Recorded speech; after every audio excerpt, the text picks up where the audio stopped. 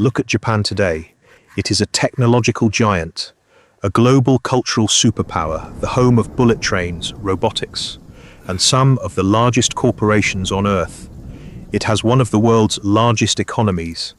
All of this is packed onto a mountainous chain of islands with very few natural resources.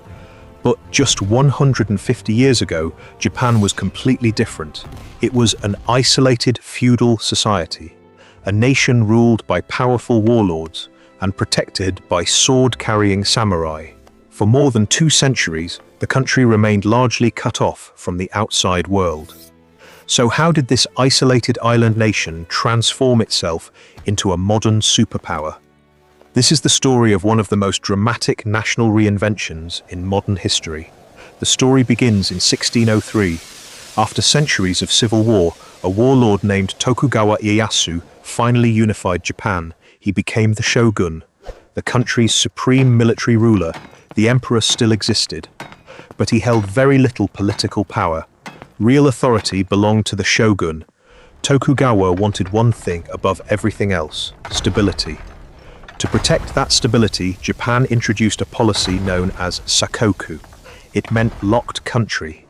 Foreign access was tightly restricted. Most Japanese people were forbidden from leaving. Christianity was violently suppressed. Only limited foreign trade was permitted. A small number of Dutch merchants were allowed to operate from Dejima, a heavily controlled artificial island in Nagasaki harbor. This system lasted for more than 250 years. During that time, Japan developed a unique and highly organized society. A rigid social system placed the samurai at the top. Farmers came next, then artisans, and finally merchants. The arts flourished. Kabuki theater, tea ceremonies, literature, and ukiyo-e woodblock prints. With fewer wars to fight, many samurai became government officials and scholars. They followed an idealized warrior code known as Bushido. But while Japan was perfecting its culture, the outside world was changing. Europe and the United States were industrializing. They were building steamships, telegraph networks, modern weapons, and enormous global empires. Japan was falling dangerously far behind. Then, in 1853, the outside world arrived at its shores. Commodore Matthew Perry of the United States Navy sailed into Tokyo Bay. His heavily armed steamships produced thick clouds of black smoke. The Japanese called them the Black Ships. Perry openly carried a simple message: open your ports to American trade or face military force. The shogunate understood the terrifying reality. Samurai swords could not defeat modern naval artillery. Japan was forced to sign unequal treaties. Foreign powers gained access to Japanese ports, and the shogunate lost control over parts of its own trade and legal system. For Japan, it was a profound humiliation. After more than 2 centuries of isolation, the locked country had been forced wide open. The arrival of the Black Ships created a national crisis. Many young samurai believed the shogunate had failed. It could no longer protect Japan. In 1868, reformers overthrew the old system. They restored political authority in the name of the young Emperor Meiji. This became known as the Meiji Restoration, and it began an extraordinary transformation. Japan's new leaders understood the danger. If the country did not modernize immediately, Western empires might conquer it. The same thing had already happened across India and Southeast Asia. Japan adopted a new national goal: rich country, strong army. The government dismantled the feudal system. The old domains controlled by powerful lords were abolished. The samurai lost their legal status. They were no longer permitted to carry swords as a symbol of special privilege. Japan then sent scholars, diplomats, and government officials around the world. Their mission was simple: study the most successful systems in the West, then bring that knowledge home. Japan built an army inspired by Prussia, a navy influenced by Britain. Its legal system borrowed from European models, and its schools adopted ideas from the United States and Europe. Railways crossed the country. Telegraph lines connected distant cities. Modern factories appeared, Japan moved from traditional weapons to advanced artillery and modern warships, and soon it tested its new military power. In 1894, Japan went to war with China. The world expected the enormous Chinese Empire to win. Instead, Japan achieved a decisive victory. Then came an even greater shock. In 1904, Japan went to war with the Russian Empire. The conflict ended the following year with a Japanese victory. It was the first time in the modern era that an Asian nation had defeated a major European power. The world was stunned. In only a few decades, Japan had transformed itself. It was no longer an isolated feudal society. It had become a modern industrial and imperial power. But this new power created a dangerous hunger. Japan's factories and military needed resources: oil, iron, coal, and rubber. The Japanese home islands could not provide enough of them. Like the Western empires it had copied, Japan began taking territory by force. During the 1930s, militarism and extreme nationalism gained control of the government. Political leaders who opposed the military were threatened. Some were assassinated. In 1931, Japan invaded Manchuria. Then, in 1937, it launched a full-scale invasion of China. The war brought horrifying atrocities. Among them was the Nanjing Massacre. Japan later aligned itself with Nazi Germany and Fascist Italy. Together they formed the Axis powers. The United States tried to stop Japan's expansion by restricting access to vital resources. Most importantly, oil. Japan's military leaders then made a catastrophic decision. On December 7, 1941, Japanese aircraft launched a surprise attack on the American Pacific Fleet at Pearl Harbor. The attack brought the United States into the Second World War. At first, the Japanese military appeared unstoppable. It captured the Philippines, Singapore, and large parts of Southeast Asia. In only a few months, Japan created a vast empire across the Pacific. Japanese occupation brought enormous suffering. Millions of civilians were subjected to violence, forced labor, prisoner of war camps, and the military system of sexual slavery known as comfort women. But Japan's rapid advance did not last. The industrial power of the United States was overwhelming. American factories produced enormous numbers of ships, aircraft, vehicles, and weapons. The Allies began pushing Japan back, island by island, Midway, Iwo Jima, Okinawa. Each battle became more destructive than the last. By 1945, American bombing raids were turning Japanese cities into ash. The firebombing of Tokyo destroyed vast areas of the city.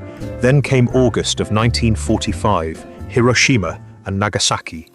The atomic bombs caused destruction on a scale the world had never witnessed. On August 15th, Emperor Hirohito addressed the Japanese population by radio.